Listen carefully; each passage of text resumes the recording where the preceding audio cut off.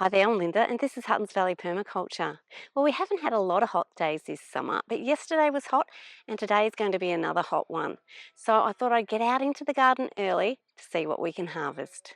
I love getting out into this garden early, especially when it's going to be a warm day. There's sort of a certain light to the garden.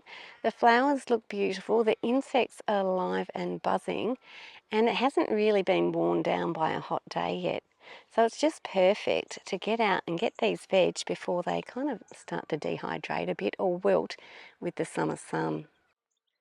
So we're going to start with the heavier items first, and I usually start with the zucchinis because it doesn't matter if too much is piled on top of those.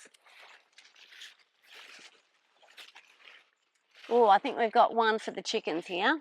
Yeah, that one's certainly gone away from me a bit, so we'll chop that up and feed it to my chickens. A bit too big for the basket. I'll park it over there and we'll catch up with it for the chickens later. Now right next to it is the Cocozella zucchini, which looks like it has the same thing going on. Now that's another large zucchini. Again, I'll feed that to the chickens. I've got two groups of chickens and I don't mind feeding them quality food, and they enjoy pecking out the middle of the zucchini. Let's see if we have any better luck with this plant. Ah yes, a nice sized little zucchini. And that's actually a good size for zucchini noodles. And I think I see one more little zucchini coming on this plant. And I'm not going to leave it today because what happens on the warm days is these veggies really take off, especially after a bit of watering. So that's another nice little zucchini that you can pop on the barbie. And there might actually be even one more. This plant is producing at both ends, so you're going to check both ends to see what's going on. But it does make it a bit hard to get in, really. Okay. And that's just a little dude. Now onto some cucumbers. This cucumber plant, I have tried to train up this trellis, but with not much success getting to the top. It kind of got to this point and then started to weigh itself down and seems to be running across the path instead of up my trellis. But it would have helped if I'd actually made an effort to train it up the trellis a bit better, like I did with my beans. But there are quite a number of cucumbers hiding on this plant, so I'm going to remove those. This cucumber is called a long green cucumber, which you can sort of see why that name's appropriate. And it's quite a prolific producer. Now there's just the one plant here, and there's quite a number of cucumbers coming in around the back of the trellis. I can access a few more. This one is growing really well. They're not quite fat enough, but you can see hiding in there. There's another couple that I'll be able to take today. 1,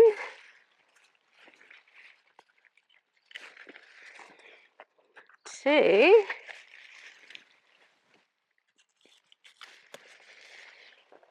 3,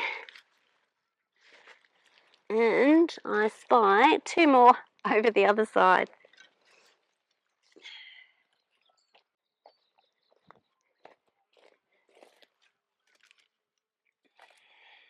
Just in this corner here. They're actually really hard to miss when they get this big, but you can still nearly miss them. Also on this trellis, in addition to my long green cucumber, I have got a Lebanese cucumber. Certainly not as prolific, and that might be a relief actually. There's still a couple on these plants, but they can go on for a bit longer.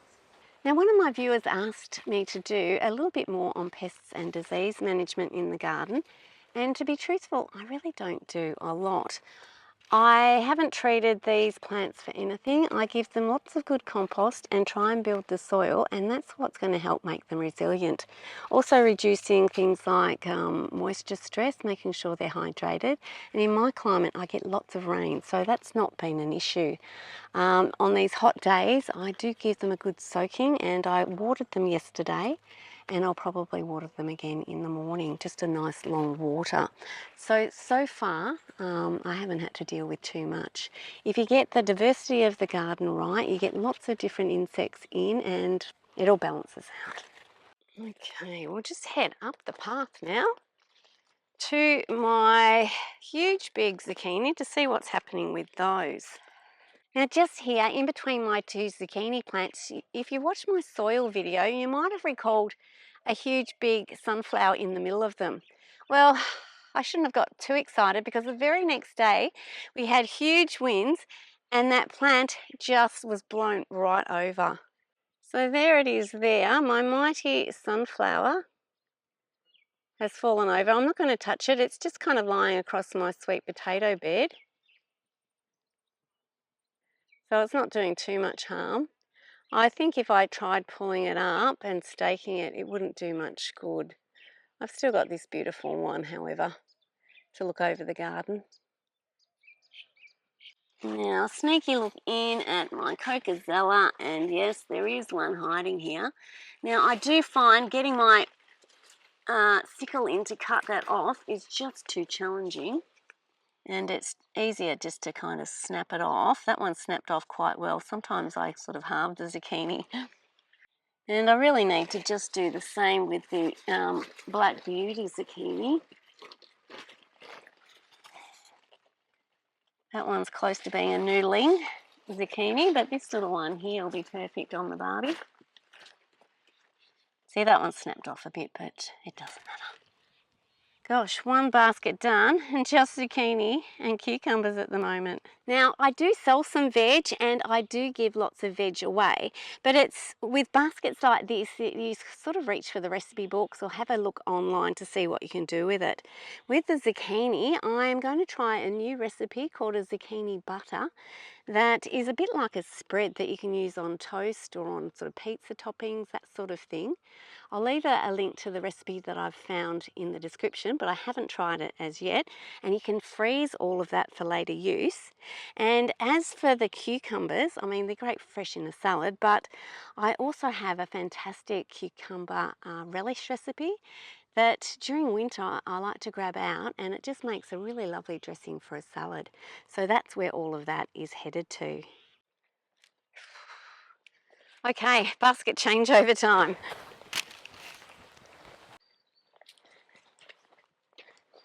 Starting to be inundated a little bit by this pumpkin plant, my sweet corn plants, and there's definitely some cobs ready to harvest. I have grabbed a couple of corn already. Now this one should have been harvested, I think, and it's starting to look almost a bit mouldy, so this one might be on the discard pile. We'll have a look.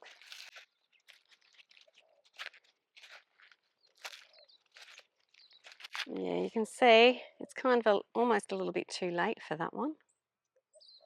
It's starting to deteriorate. It's a little bit hard filming in here with these pumpkin plants hanging around, but I think this one will be good to go. So I'm going to just take it off and then we can have a look.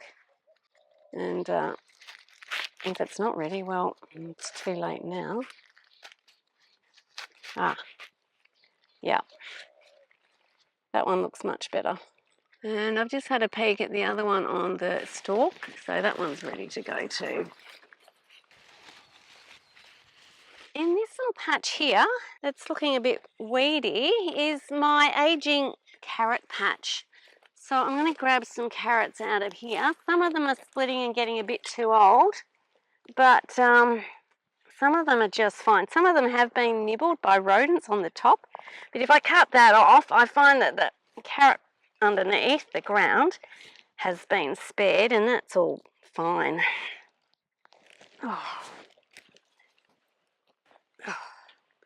Snapped first one off. Okay, that one's looking better. And if you get the first one out of a patch like this, the rest come easily. There's one, bit broken. Oh, here we go. Oh, that's a decent sized carrot. That's 3 carrots in one. Although half of it's been eaten there, but I might just snap off the other 2. Actually, I'll just snap off one. That one's been eaten through there, and I'll get rid of that one. So this bit of carrot's just fine.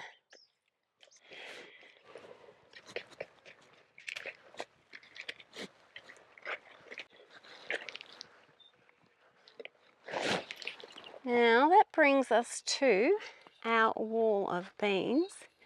I'm going to harvest 3 different sorts of beans today. The green beans,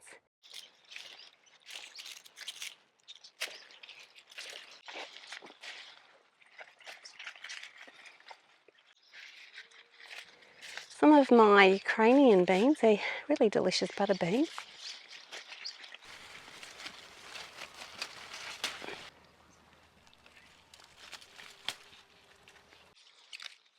And of course some of the lovely purple beans.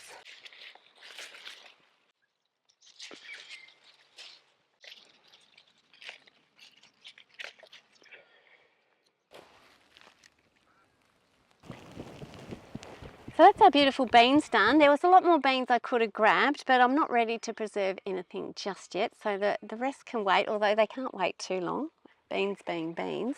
But with all this warm weather, we've had some success in the tomato patch. So I'll definitely be grabbing those.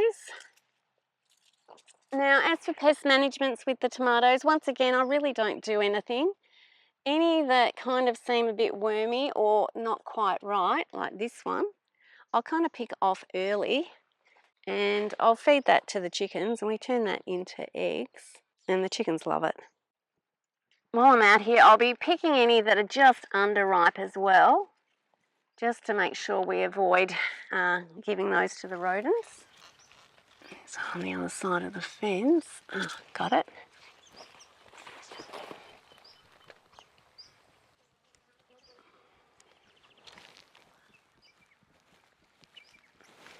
Little tomatoes are a blueberry tomato, and they sort of go a pinky colour when they ripen. That one isn't quite ripe, but I will take it. And there's another one that's, yeah, see that's a lot brighter, and that one's definitely ripe.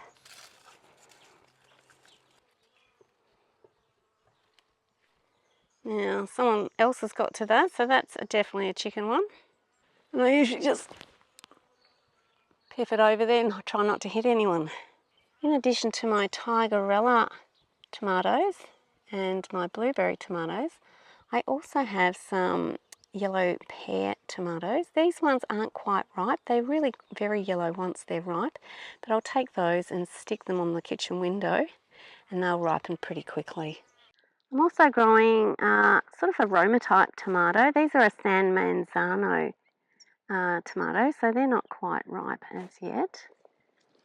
Some of them are still quite small, but just next to them, over here in this tomato nasturtium jungle, are some little tomatoes, which I always get confused whether they're Legend or Principale or something. I'll put the name on the screen, but what I usually do with those is halve them and put basil on them, a little sprinkle of salt, and then I dehydrate them. And they make a really nice dehydrated tomato treat. And they're a really prolific producer. Also great in a salad too.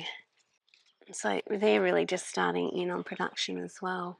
There's plenty of Swiss chard and endive in the garden, but I don't need any of that. I grabbed some yesterday. But what I will grab is one of these beetroot. When I don't have cabbage in the garden, I do like to make a slaw, and for that you can use beetroot. Yesterday I made a choya beetroot and carrot salad. And this one will be a beautiful bright red carrot and beetroot salad.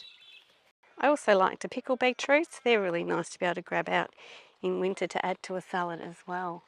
And something I thought I could try is taking one of these purple radishes, beautiful little radish, grating that up and adding that to my beet and carrot slaw.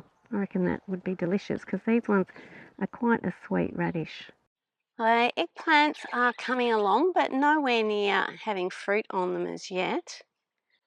I've also got plenty of sweet basil, and I'll be grabbing a big pile of that to make a batch of pesto fairly soon. And I've got plenty of little peppers and chilies coming, but I do like to leave a lot of them till they've gone red. Last but not least on my harvest list today is the first of my capsicums.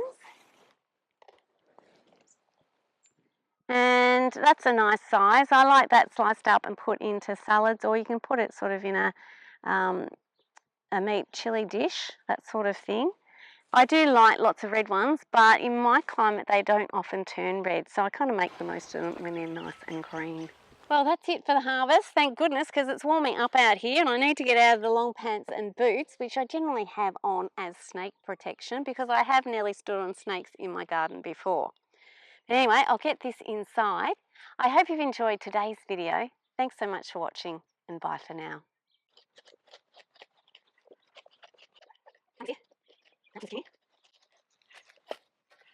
Alrighty, there you go. That's the way, matey. A zucchini treat.